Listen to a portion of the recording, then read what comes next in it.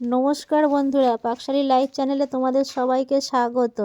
আজকে আমি আরেকটা নতুন রেসিপি নিয়ে চলে এলাম। দেশি মোরগের মাংস রান্না করব, তাও আবার পেঁয়াজ ছাড়া। মাংসটাকে ধুয়ে জল ঝরাতে দিয়েছি। এদিকে একটা কড়া বসিয়ে তেল দিয়ে জিরে তেজপাতা ফোড়ন দিয়ে মাংসগুলো দিয়ে দিলাম। কিছুক্ষণ নাড়াচাড়া করে নিয়েছি। নেওয়ার পরে আদা রসুনের পেস্ট, লঙ্কার গুঁড়ো, লবণ, জিরের গুঁড়ো, হলুদ গুঁড়ো দিয়ে বেশ কিছুক্ষণ কষে নেব।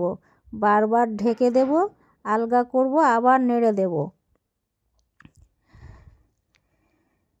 কেননা দেশি মোরগের মাংস তো লো ফ্লেমে কষাতে হয়। আস্তে আস্তে কষিয়ে নিয়েছি বেশ কিছুক্ষণ। নেওয়ার পরে ভেজে রাখা আলুগুলো দিয়ে দিলাম। দিয়ে আবারও কিছুক্ষণ কষে নিয়ে জল ঢেলে দিয়েছি।